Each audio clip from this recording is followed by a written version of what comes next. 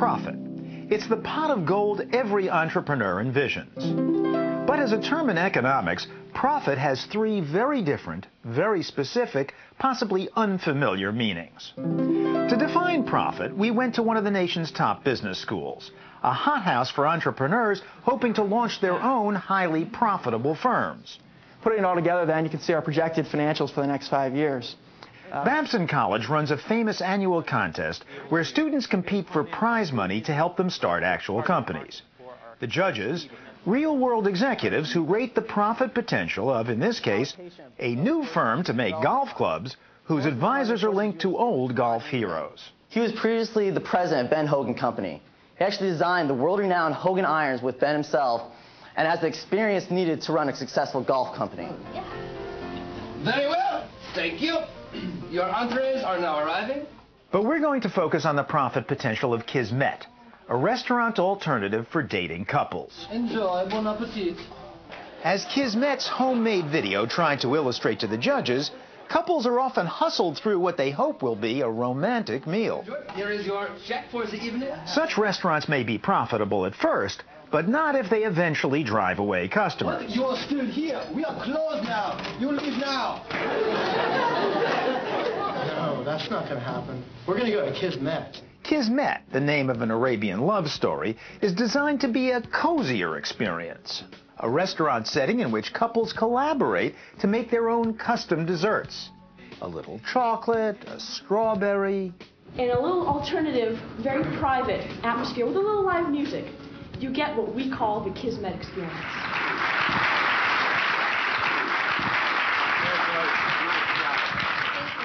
Romance aside, these contestants would seem to be textbook examples of economic men and women, trying to convince the judges they'll make a healthy profit on the various items Kismet offers. 10-berry smoothie or his and her yin-yang pies. Humor to sell the judges. Profits, however, are no laughing matter.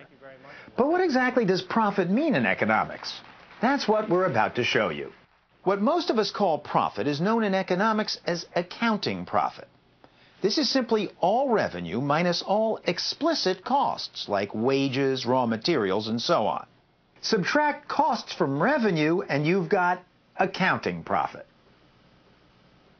So say Kismet has revenue of $301,000 in the first year, has explicit costs of $300,000. The bottom line would be $1,000 in accounting profit. But this is only one definition of profit.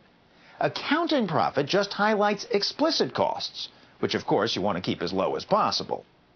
So that'll really, help us in keeping our profits higher.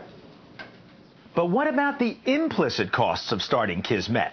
Like the time these folks have put in, planning and now pitching their so-called eat-ertainment concept. And this whole trend of entertainment is really big now. There are a lot of restaurants that concentrate on providing a full experience for customers. The point is, the time and talent they're not getting paid for isn't an explicit cost, it's an implicit cost.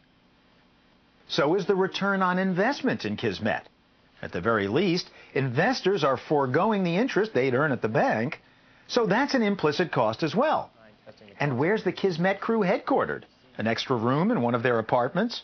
They could be renting that room to a friend instead. So even a part of their rent can be considered an implicit cost. To picture this, remember that an accounting profit only refers to explicit costs. If your revenue just covers them, you break even. If it more than covers them by even the slightest amount, you've got an accounting profit.